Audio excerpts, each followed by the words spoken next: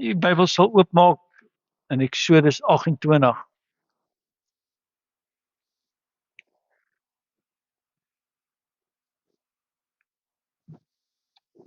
Eksodus 28. En ek wil met jou praat oor die kledingstuk van Aaron. Kledingstuk van Aaron. Halleluja. Terwyl ek my kledingstuk uittrek.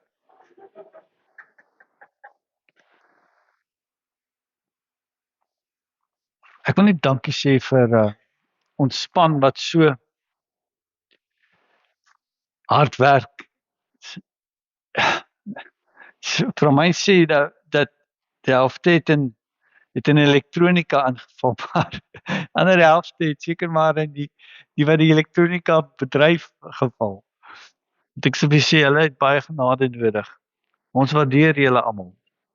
Amen. Prys die Here. Okay.